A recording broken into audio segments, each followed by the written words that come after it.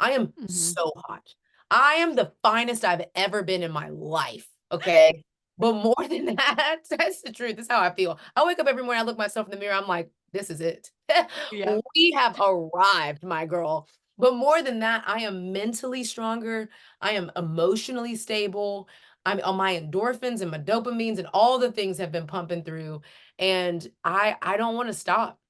Hmm. Consistency has been my word for the year, and I'm just it's this I just love that you're talking about this because it's in the consistency that we build up enough reserve to live a life on the offense and not the defense. Period. Hmm.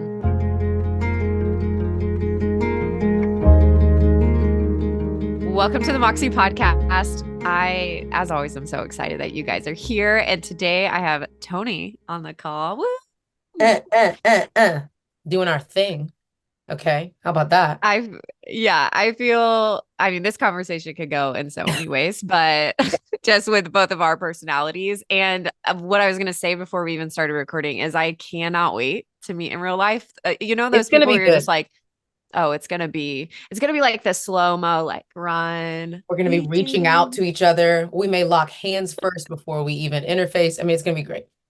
It's going to be a moment. So, but all that to say, this month we've been talking about rhythms for leaders, and I've been really proud of myself, Toni, because normally Mm. I well, talk about rhythms. I like procrastinate the Oh, podcast. I've been doing Moxie for 5 years now, and this year I have literally recorded everything, guys. So if you're listening to this recording like later in the year, I recorded everything. Like I have the whole year planned. I planned good out to know. themes. I like feel so good of how the Sure. flow of this year goes. So I Wow. hope you guys are feeling that as like the listeners Yeah. who are part of this community, because it's just been really, really beautiful to see like well, one thing leads to the next. In the beginning of the year, we in January kind of talked about just our frameworks as sustainability, what it means to be ethical impact, but then moved into like leadership, mindset shifts, rhythms. Later, we're going to be in the year, we're going to be talking about entrepreneurship and how to care for yourself as well, and all these different things and tools that I use in my life. So, Toni, we are here. And before we even get started with our conversation, I want people to know who you are and what you're best known Oh, for. yeah. Yeah. Oh, I think I'm best known for being a speaker. I also help women heal through these course groups that I do twice a year. And those women call me their hope coach, which I really like. So I have adopted that title. I think my purpose is just to help people understand that their brokenness doesn't discount them, that we can create really healthy rhythms in our lives to where we, are not looking over our shoulder and saying, well, this defines me and there's no way that I can do this. I've been discounted from this. But instead to say, actually, God can use even the most broken parts of me to create beautiful things. And so I have an organization called Broken Crayons Still Color, because obviously, right? And so, yeah, I get to write books and I have a podcast called the Still Coloring Podcast. And my whole life is colorful and I'm like a Teletubby and I'm just bopping around handing out hope. So there you go. There you go. Never heard yourself. Do you always describe yourself like a Teletubby? 110%. My I friends can started see calling me that. a Teletubby when I was in middle school. And it's been the thing that I'm trying to get back to in my life. Like after all the things that I've been through and Yeah. all the darkness and the hardness and stuff, I'm just trying to get back to Teletubby mode, guys. That's all I'm Yeah. trying. I want to be bopping around, grateful for my life. So yeah. Yeah. I love talking about people's energy and like their vibe. I just like, and you can tell when people are Yeah. so like in tune with who they were made to be. Yeah. I call it finding your wild, my whole Yep. like wild side That's over here. And I'm just exactly. like, when you know innately who you are and who you're created to be, like it's wild. And the outside world is gonna see it as wild because it's like 100%. so foreign because Right.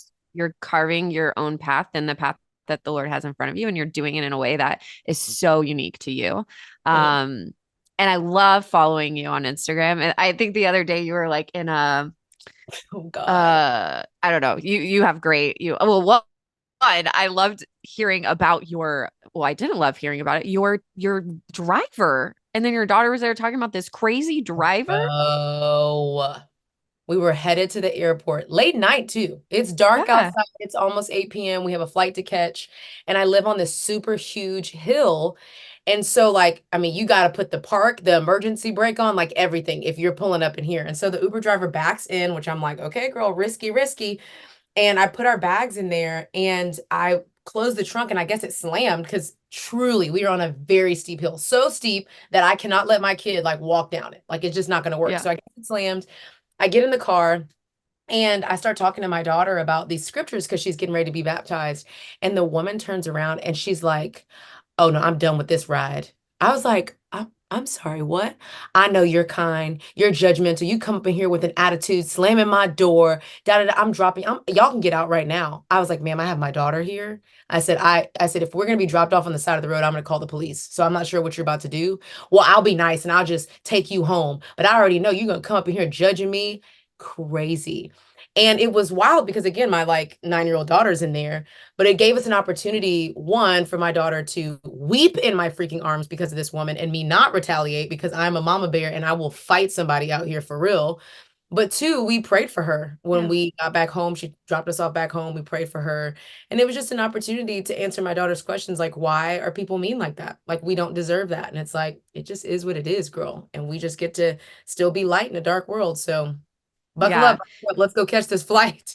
Jesus. Yeah, I know. And I was just like in awe, but I think that was at the end of it, like seeing you and Yeah. your daughter process it with you on the in the video and just like she's like, yeah, it was really weird. Like Yeah. first of all, it was really weird. But then yeah, how you handled it. And I just was like, man, that's so beautiful. So that happened. And then at the same time, I'm seeing on your stories, you're like jumping around doing cartwheels with confetti all over you. And I'm like, this is Toni. This is who I am. They were so excited. I do this team conference every year, and they could not wait to get in the production meeting because they were like, "Toni, we've got a surprise for you." And I'm like, "What?" They said, "We have 37 pounds of confetti." And that 37 doesn't sound like anything to you, Jenny, because you're a CrossFitter. Okay, you're throwing 37 pounds over your shoulders. But let me tell you something, baby girl. If you can imagine a little fleck of confetti and how light it is, and 37 pounds worth was I honestly, I think I peaked. The Lord could take me. The Lord could literally take me to heavens and with Daddy God, and I would be good to go because of how fun that confetti was. And I'm telling you, the cartwheel was unplanned. Something literally rose up in my soul and ejected from my body. And I said, I'm gonna do a cartwheel today in front of 2,000 dang high school students. So that happened. Well, I'm glad you have been prepping your body as you've been working out this year for that cartwheel, or It would have there might broken. have been a yeah, there might have been a different different effect. But it was beautiful. I saw it. I saw it on I the saw video and it was great. And I was snapping on the other side. I was like, she it. did I it. saw She it. did it. It You're was welcome. flawless. Yes. Yes, it- Anyway, it was so good. So I talk a lot Guys, I I'm talk a deep, lot I about promise. Guys, stick around on the podcast right now. I promise you I've got some good stuff for you because I fought through a whole bunch to be yes. able to do a cartwheel on a stage with almost Yes. 2,000 teens. So it's coming. All right, it's It coming. is. It's coming. Yeah. I love the side of I talk a lot about serious things and I feel Yeah. on the podcast people get to experience it, like the side of like the fun. But sometimes like when the world sees us in a certain perspective, like Yeah. they only see us as that. And so I do love that we started with the fun because we are so nuanced, right? There's so much to us. Yeah. But I want to talk about that. I do want to talk about your story a bit in the Yeah. parts that you want to share with the world Oh, yeah. because I well I'm curious like if you were to like go back just Yeah. if you were to talk to even yourself 20 years ago like to Hmm. what you're doing now like what would she think? First of all, every morning I still wake up and say, Lord, don't let me mess this up because I'm still a little wild. Okay. And I'm Yeah. just as wild as the girl 20 years ago, 12 years old, 13 years old, losing her virginity. I had a much older guy. He was very sexually manipulative. And I was in my SpongeBob SquarePants bedroom and he was in my house. My parents were gone and lost my virginity. And that was after I'd been exposed to pornography at 7. My dad was an alcoholic, very verbally abusive. We have since redeemed our story, which is beautiful. But it was really hard growing up with that. My mom was terminally ill for most of my life, from cancer to blood clots to strokes to seizures, all the things. And I became like a little tiny caregiver. And so a lot of my childhood was actually like missed. It was very dark. And I think that's kind of why I'm a Teletubby now, because I'm reclaiming the cartwheels, you know? And I Yeah. think that I would, tell that girl that was so insecure, looking for love, ended up getting on drugs and alcohol. Baby, I almost sold weed. I was on X. I mean, I just was wild and all over the place trying to numb all that pain from my childhood. I would tell her that it's just not always going to be this way. I wouldn't try to give her a quick fix. I wouldn't say, here, let's slap some scripture on it, find a counselor. I would just give her hope because I think Mhm. that girl needed to know that taking her life wasn't the way, that numbing out wasn't the way, that actually there was a chance that this could get better, that life could get better, that she wouldn't always feel so isolated and unprotected and unsafe and out of control. And I think that's what people need. They need to know that it can and it will get better if you hold on. So, Mm. hmm So good. So good. I think, yeah, when I look back at just, I think in any of us, and if you're going through it now, but any of us that have like, or the story, and even if you don't have that story and God has just like completely given you a path of, has protected you. And, anyways, I also like, I want to put, growing up, I grew up really conservative. So I want to put faith into this a Ah, little bit. yeah. So it's always interesting because that kind of puts you in a box and it's like, oh my gosh, like I don't, when we talk about testimony, it has to be this like big thing, right? Of like when we found Jesus. And the reality is it can be quiet and still in your bedroom and you have an amazing family and the system works and that's still beautiful. Like there doesn't have to be Mm, trauma, so much of that in your life to have a beautiful testimony. And I something that I really growing up, like I didn't like that comparison and that yep. side, but at the same time came from a broken family as well, and these different elements of hurt. And I think it's so beautiful what you said. Like I wouldn't slap some scripture on it, but I would just give her so much hope. And because I think that's at the end of the day, it's like, yeah, we just got to know that we can stay hopeful and not withdrawn and not, fall into this other side of fear, but can trust the Lord in its process. And so anyways,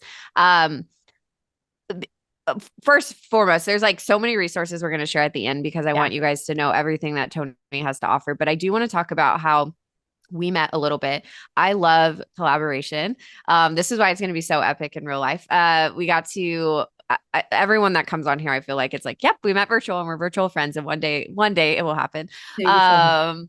But I love being able to like actually make like things come alive with what you've already created. And so it was so fun when you wrote Broken Crayons Still Color and in the book. And by the way, I loved seeing you surprise your daughter like that. She didn't I even like know know. about it. Can you It was so share hard that because story? listen, first of all, I'm so bad at surprises. I'm like, please don't make eye contact with me. I'm gonna tell you. I'm gonna tell you. I'm gonna tell you. I'm gonna be so excited about it. But I wrote an adult book around healing and the like a roadmap to help people kind of get on the journey to healing called Brave Enough to Be Broken. And then my publishers reached out and they were like, we would love to make it like a version for kids. Like, what does it look like for kids to begin to live their lives on the offense and not the defense and start to process emotions and hold them? And so I just was like, listen, I got to do this for my daughter. My daughter's had a lot of different behavioral challenges in the past, and I won't share all her business until she's old enough to share the details of it. But it's been tough, and we've had to do a lot of strategies and have a lot of meetings, and we have a whole team, baby, trying to make it happen for her, you know? And she's doing much better now, but I just had so many parents like reach out just about how difficult it has been to raise your kids, especially when you yourself have been through childhood trauma or a pain of any kind. And so we wrote this book called Broken Crayons Still Color. And the little girl in the book, her name is Avery, which is my daughter's middle name. And we made her little hair curly with little pigtails, which my daughter always wears. And I took my daughter to a video shoot and she had no idea why. I was like, this is gonna be so cute, girl. We're gonna do a little video shoot. We're just gonna mommy daughter this thing. And she had her little pigtails in. And right there on camera, I pulled out the book behind a pillow and showed her, and she just was like beaming. And what's really beautiful about this story and really hard as well is that in the past year, I've gone through a really public divorce full of betrayal and lies and all the things. And I had to make the decision to end the marriage because it was no longer God honoring. And I found out on a Tuesday, all sorts of things, ended up having to leave the marriage.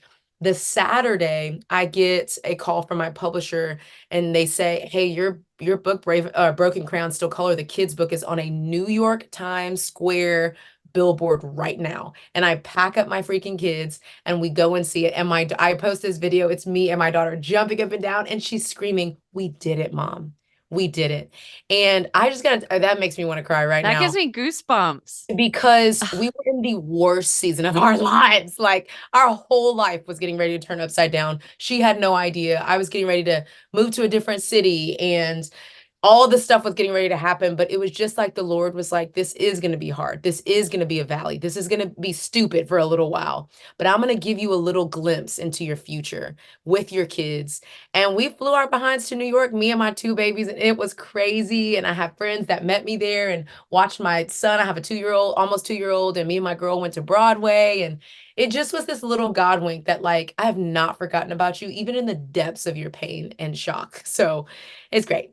It's great. I A little It's bug. so good. Yeah, yeah, there's gonna be links for the book, and we made the little broken crowns, all the characters and pillows, and They're it little was kids that talk so to the little cute. girl about brokenness. They're little broken crayons that talk to the girl about brokenness.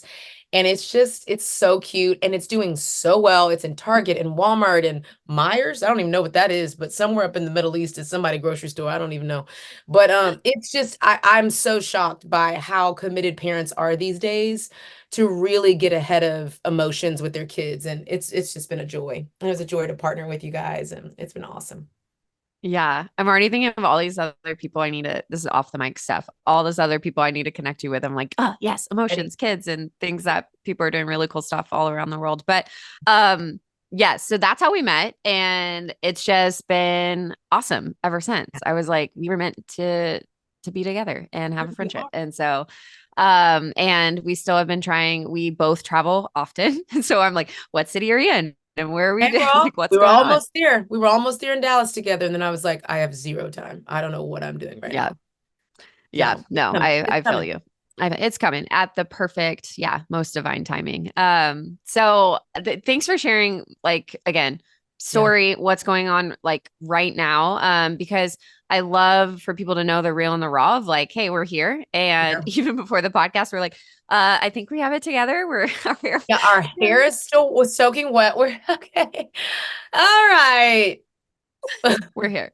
We're here. But the reason why our hair is wet, which I am so excited to kind of talk about, is rhythm. So we are getting back on topic, guys. I Let's want you go. to get to know the full Toni, who she Yeah. is, and why rhythms are so important. And I started using the word rhythms a couple years ago instead of New Yeah. Year's resolutions because I was like, Mm. it was really like a prominent moment for me because it was like resolutions, we resolve it and then check off our list. We kind of just push it to the side. But rhythms are set and there's something that we That work is through and it's amazing. That's consistent, good. right? Exactly. And so, Yeah. as leaders and people who speak into a lot of people's lives and I think sometimes, well, we can look at our whole journey and whatnot and how the Lord is and his faithfulness in that. But there are very specific rhythms that we were just saying that we appreciate now being older versus Yeah. when younger, like understanding the importance of that. So I would love for you to personally talk towards that and just practicalities. Yeah. What are some rhythms that you have in your life that are so key to make you grounded Yeah. and to make you present and to really help you in your leadership? Yeah, in our household, we have a general posture of living a life on the offense, not the defense. We've been through so much pain that a lot of the times we've literally been on the defense. Like something's happened and we're just like, okay, everybody respond, brace yourselves kind of thing. And I really just want to be more equipped for how ratchet life is because it is ratchet, it is the ghetto, it is crazy, it is dark, and it's hard. And so it's okay. So we coin our rhythms as their replenishment cycles. So I'll use rhythms, but for us, it's replenishment cycles. And essentially, I have a list of things that I do on a cadence. One of them is nature. So like I just love to be outside. I love nature. I love being around like God's untouched creation. Like we couldn't do anything to build these mountains as humans. We couldn't do anything to make these flowers as beautiful. And so it's good to have like a thing that you love, but the rhythm of it is what actually matters, is what creates a life on the offense. So for me, I have to get outside at least twice a week. That's a walk with my kid. That's some kayaking up on the little lake over there. That's sitting out on my front porch, like something I just have to have it twice a week. Worship is always really big for me too. I think I'm on the worship team. Now I can't sing a whole song, but I can sing the mess out of that first verse, let me tell you. And don't give me the bridge because I'm gonna tear that thing up, okay? I love to worship. There's just something about singing and belting it out. So I typically try to always have worship playing in the house, but I also have some intentional moments of like in my car belting it out 3 to 4 times a week. Getting my hair done, let's be honest, okay? Look good, feel good, baby. All right. Getting my hair done is important to me. My nails and toes being done is important to me. That sounds vain. I do not care. It is the things that replenish me, that fill me up, that help me feel better. And last but not least, the gym.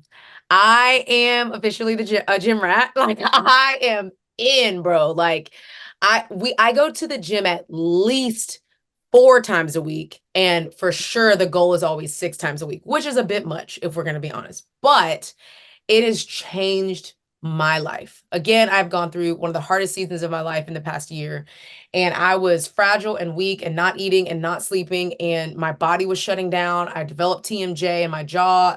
I mean, it just was not cute. And I remember my friend saying, "Hey, baby, like we're gonna have to get you, baby girl. You're gonna have to get up, sweet girl. Like we're looking like a lollipop right now. That head is big and the body is small, and we need to figure this out."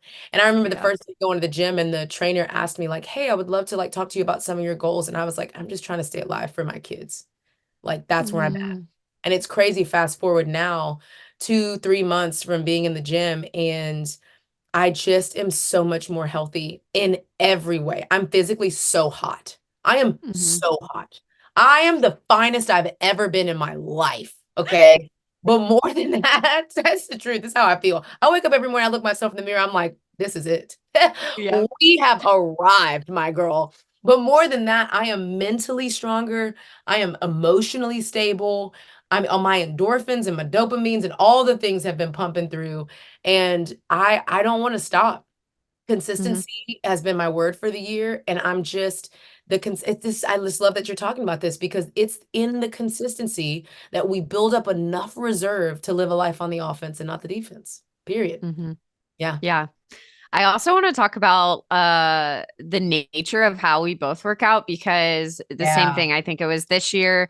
I was like, man, I got to get back in the gym. And yes, as you mentioned, CrossFit here over here, but throw in some weight because it's like I knew I looked and I was like, it was somewhere sometime last year where I was just like, wow, I shouldn't be breathing this hard and that shouldn't be that heavy. And I had to start going to the chiropractor. I was having lower back problems, my knees. I thought I was like, seriously, something's wrong with my knee. I think I'm gonna have to get like knee replacement Knee surgery or replacement. Yeah.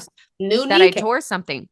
Yeah, it just Wow. felt so bad. And just within 3 months, I'm like, I'm not having knee pain anymore. Like like nothing. Like it's just crazy, like the strength and the foundation that creates. Yeah. And yeah, looking in the mirror and being like, yeah, I look good. Yeah. This is I've great. arrived. These Yes. jeans owe Yeah. me money. Okay. Yeah. Because of how good I'm looking up in them things. Okay. Anyway. But one thing with working out, there's two ways there's multiple, obviously, tons of Sure. ways you can do it.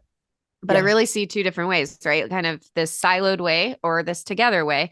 And so Sure. I think in the commonality of how we show up in the space, it's a group accountable setting. And I would love for you to talk towards that as well and how Oh, that's been transformative. it's been transformative in so many ways. First of all, I have an au pair who's a nanny from Brazil that lives with me to help me with my kids because, like you said, we travel, our lives are crazy, and I'm a single mom out here. Okay. And what's been so sweet is that she has a membership as well, and we go together every single day. And it's the best. And it has transformed even our relationship. Just like that one relationship has been transformative. I can see we're getting stronger together. We are getting healthier together. And there's something about that that has just totally transformed our relationship. But even more than that, like at our gym, we're just like the high five gym, right? Like everyone's giving high fives, we're connecting, we're motivating, but also we're pushing each other. And I Mhm. think it's really just this beautiful mirror, honestly, of the local church, of the ecclesia, the gathering of God's people. It's not just the four walls on a Sunday, but we're in there, we're encouraging each other, and we're pushing people to go their maximum to believe that God made their bodies so good that everything they do with them in the gym, in the context of a healthy environment, is good too. And it's just Mhm. beautiful. As a matter of fact, International Women's Day is coming up, and I am a Yeah, it gatherer. is. I'm a gatherer. That's what I do. And so, first of all, I have a text group. We call ourselves the Burn Baddies because our gym is called Burn Boot Camp. Don't judge us. And all these women that do not know each other. Heck, I barely know them. We just met each other at the gym and we do brunch after workouts on Saturdays. On International Women's Day, we're all going out and we're going to coordinate because your girl loves to match. We did a Galentine's thing where I made little goodie bags, and it's just so good. And I think it's a part, in my personal opinion, shoot me, whatever, cancel me. It's a part of God's design for his church, for us to gather, for us to dwell, not just in the four walls and confines of a church building, but everywhere. And it's been that for me in so many ways. And I'm just in. I'll shout it from the rooftops. I'll be inviting everybody to my gym. Come on, y'all. Come get Yeah. healthier. Come find some friends. It's beautiful, truly. Yeah. What was I'm curious, like before you stepped into that, was Yeah. there like, what were the emotions around that? Oh man, first of all, I remember we have like a camp coach, so a person that's literally coming around doing one-on-one coaching during our training. And I remember the words that I used to say, like, I'm so sorry. I'm so weak. Okay, there's no way that I can do this. They're like, grab the 20. I'm like, I cannot. Just so much self-doubt. I can't do it. Mhm. What are you talking? Oh, no, no, I'm not strong enough for that. Instead of saying, I'm getting stronger, this is going to be hard, I'm getting stronger. And I slowly but surely started to change the way that I show up. Now, oh, please. I'm like, where's the heavier weight? I'm like, you don't even have to tell me to get the heavier weight. I'm going to go for it because I'm going to get stronger here and I want to push Mhm. myself and I can do it. Like, there's so much more hope in my good body that God made. It's crazy, but truly, if they would have recorded me at the beginning, I was like, please leave me alone. Go away. No, I'm not doing that. No. I was so angry, Yeah. Yeah. irritated, and now I'm just like, let's go. I'm literally that girl in the gym. I am. I'm screaming out loud. I'm giving high fives Me to too. everybody. And I'm so proud of myself. And I'm proud of myself for the first time in a long time because I'm comfortable with doing the regular stuff and being safe. I don't Mhm. want to push myself. I'm nervous about that. And the fact that I have pushed myself to my limit and beyond, I'm proud. And that's a great feeling in your 30s when you can be Yeah. proud of yourself. Yeah. No, that's so good. I wanted you to share that because I think that's the first step, right? Is just to take that step and to Yeah. have like the courage to be in the room. And Yeah. then with that and that self-doubt and with the people that you surround yourself and with the Yeah. consistency, Yep. like that's where change happens across all rhythms, but specifically in this one, I think it can be intimidating to walk into a burn class or CrossFit or whatever. And you're just like, I don't Very. even I know couldn't like even believe it. I what said, these this are equipment bodybuilders. is. Yeah. Right.